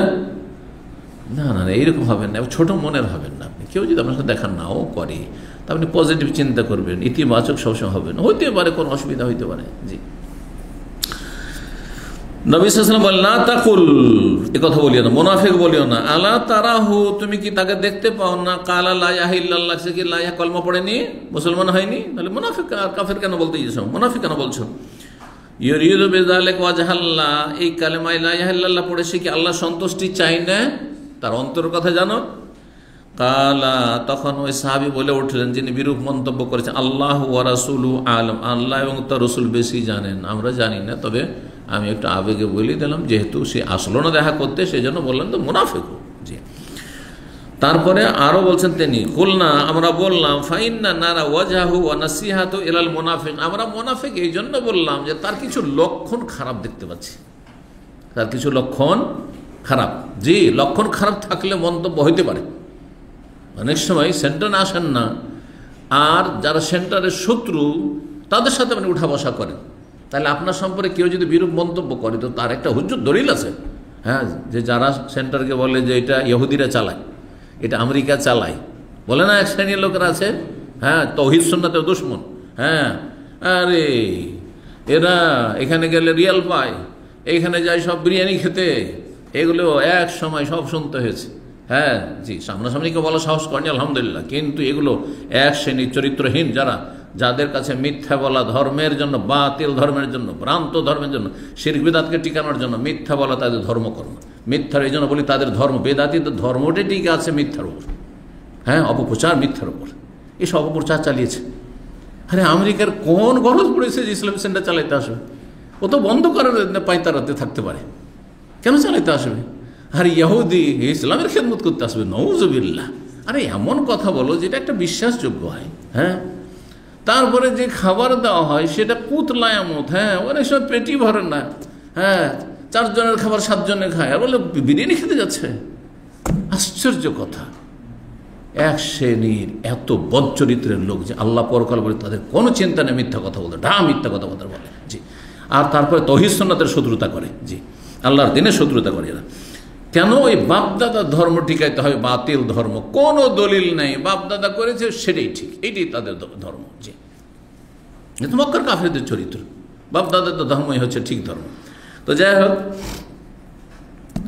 সাহাবীরা বললেন, ইয়া রাসূলুল্লাহ, কেন মুনাফিক বললাম জানেন? ফাইন্না নারা ওয়াজহাহু, তার চেহারা আমরা দেখতে পাচ্ছি, মানে তার চলাফেরা দেখতে পাচ্ছি, ওয়া নাসিহাতাহু, তার দরদ দেখতে পাচ্ছি, হ্যাঁ, হিতাকাঙ্ক্ষী হওয়া দেখতে পাচ্ছি, এলাল মুনাফিকিন, মুনাফিকদের সাথে ওর উঠা বসা দেখছি মুনাফিকদের সাথে, আর ও দেখছি মুনাফিকদের ক্ষেত্রে তাদের বংশে বেশ কিছু, কারণ আনসারি বংশেরই মুনাফিকগুলো ছিল, তো এই মুনাফিকদের সাথে তার দরদ দেখছি, হ্যাঁ, হিতাকাঙ্ক্ষী হওয়া দেখছি। তো আমরা এই জন্য বললাম যে সেও মুনাফিক, নাহলে ওদের সাথে কেন উঠা বসা করবে? আপনি বেদাতি না হলে কেন বেদাতির সাথে উঠা বসা করবেন? হ্যাঁ, কেন তাদের সাথে এত খাতির রাখবেন? কেন তার সাথে তাকে দাওয়াত খাওয়াবেন? তার মানে আপনার কিছুটা ভেজাল আছে। হ্যাঁ, জি, এই কথা বললেন তারা। ফাকালা, তারপরে নবী সাল্লাল্লাহু আলাইহি ওয়াসাল্লাম তার পক্ষ থেকে বলছেন, না, এই ধরনের মন্তব্য করবে না। বলছে, ফাইনাল্লাহ হারাম আলান নার, কারণ আল্লাহ জাহান্নামের হারাম করেছেন মান কালা, এমন ব্যক্তিকে যে লা ইলাহা ইল্লাল্লাহ বলবে, শুধু বললে হবে না, কি করতে হবে সেটা দিয়ে, ইয়াবতাগি বিযালিকা ওয়াজহাল্লাহ, যার মাধ্যমে সে আল্লাহর সন্তুষ্টি চায়। যে লা ইলাহা ইল্লাল্লাহ বলে আল্লাহর সন্তুষ্টি চায়, আল্লাহকে রাজি করতে চায়, সে বেনামাজি হইতে পারে। হ্যাঁ, বেনামাজি বলবে যে আমি আল্লাহকে রাজি করতে চাই, মানে আল্লাহকে রাজি করলে প্রথম কোর্স তো হচ্ছে 5 ওয়াক্ত নামাজ, 5 বার আল্লাহর সামনে হাজিরা দেওয়া। কথা বলছেন না? কারণ এই শুধু কালমাকে অনেকে মনে করে কালমা পড়লে মন্ত্র ওতেই তো জান্নাত পেয়ে গেল। না, কালমার সাথে কন্ডিশন, শর্ত লাগানো হয়েছে। শুধু কালমার কথা কোনো হাদিসে নেই। কথা বলছেন না? দুটো শর্তের কথা রয়েছে প্রসিদ্ধ হাদিসগুলিতে। একটি হচ্ছে আল্লাহকে রাজি করতে চান, আপনি লা ইলাহা ইল্লাল্লাহ বলে কি করতে চান? আল্লাহকে রাজি করতে চান। আর আরেকটি শর্ত আছে খালেসা মিন কলবি, অন্তরের অন্তরস্থল থেকে খুলুসিয়াতের সাথে বলছেন আপনি আল্লাহ তোমার ছাড়া আমার মাবুদ নেই। লা ইলাহা ইল্লাল্লাহ মানে কি? আল্লাহ তোমার ছাড়া আমার কোনো সত্য মাবুদ নেই। এইসব মাবুদগুলি যাদের পূজা হচ্ছে, দরগা দুর্গার পূজা হচ্ছে, এগুলো সব বাতিল, এগুলো মিথ্যা। আল্লাহ হ্যাঁ সত্যিকারের মাবুদ তুমি, অন্তরের খুলুসিয়ত থেকে বলছেন আপনি। আর আপনি আল্লাহকে এই কলমা দিয়ে রাজি করতে চেয়েছেন আপনি। তাহলে কি করে আপনি বেনামাজি হইতে পারেন? কি করে আপনি হারাম করে হইতে পারেন আর তওবা করছেন না? সারা জীবনটা এরকম চলে যাচ্ছে, কি করে হইতে পারে? আরে ভুল হতে পারে, কিন্তু সাথে সাথে ফিরে আসবেন। কারণ এই কালমা পড়ার উদ্দেশ্য বা মুসলিম হওয়ার উদ্দেশ্য হচ্ছে আমরা তো জন্মসূত্রে কালমা পেয়েছি, সুতরাং জন্মসূত্রে মুসলিম হয়েছি। আল্লাহর যে বড় নিয়ামত, এটাকে রক্ষা করছি কিসের জন্য? আল্লাহকে রাজি করার জন্য। হ্যাঁ, অন্তরের খুলুসিয়ত থেকে আমি মুসলিম, অন্তরের নিষ্ঠার সাথে আমি মুসলিম। তাহলে কখনো আমি বেরোজাদার হইতে পারি না, বেনামাজি হইতে পারি না, আর কখনো আমি কাবিরা গুনাহে থাকতে পারি না। ভুল হলে সংশোধন করব, এটি হইতে হবে। জি। قال ابن شهاب ثم سألت الحسين بن محمد الأنصاري, হুসাইন বিন মুহাম্মদ আনসারী জিজ্ঞাসা আহাদ বানি সালেম, বানু সালেমের একজন ব্যক্তি, ওয়াকানা মিন সারাত, তাদের তিনি নেতৃস্থানীয় ব্যক্তি ছিলেন। আন হাদিসে মাহমুদ, মাহমুদের হাদিস সম্পর্কে, যে মাহমুদ যেহেতু নবী সাল্লাল্লাহু আলাইহি সাল্লামের ইন্তেকালের সময় ছোট্ট ছেলে ছিল, মাত্র 4-5 বছরের ছেলে। তো এই ছেলে যে হাদিস বয়ান করেছে মাহমুদ, তো হাদিসটা কি ঠিক? কিন্তু হাদিস নবী সাল্লাল্লাহু আলাইহি ওয়াসাল্লাম ডাইরেক্ট বয়ান করেনি, হাদিস বয়ান করেছে কার থেকে? ইদবান বিন মালিক থেকে। তো ছোট সাহাবী যে বাল্যজীবনে নবী সাল্লাল্লাহু আলাইহি ওয়াসাল্লামকে পেয়েছে, হয়তো সে যদি অন্য সাহাবীর মাধ্যমে বয়ান করে তো কোনো দোষ নেই, যেমন তাবেই বয়ান করছে। জি। কিন্তু হাদিসটির সত্যতা যাচাই করার জন্য জিজ্ঞাসা করলাম, তখন ফাসাদ্দাকাহু, তার সত্যায়ন করলেন যে না, হাদিসটা ঠিক। ঘটনা সহি যে ইদবান বিন মালিকের বাড়িতে নবী সাল্লাল্লাহু আলাইহি ওয়াসাল্লাম গিয়েছিলেন তার আমন্ত্রণে, আর তার বাড়িতে গিয়ে নামাজ পড়ে দিয়েছিলেন একটি জায়গায় উদ্বোধন করে, আর তারপরে তার বাড়িতে খাওয়া দাওয়া করেছিলেন, খাজিরা নামক খাবার খেয়েছিলেন। এই ঘটনা 16 নম্বর অধ্যায় বাবুল আকিদ। এই অধ্যায় হচ্ছে পনির খাওয়া সম্পর্কে, পনির যা দুধ থেকে তৈরি হয়।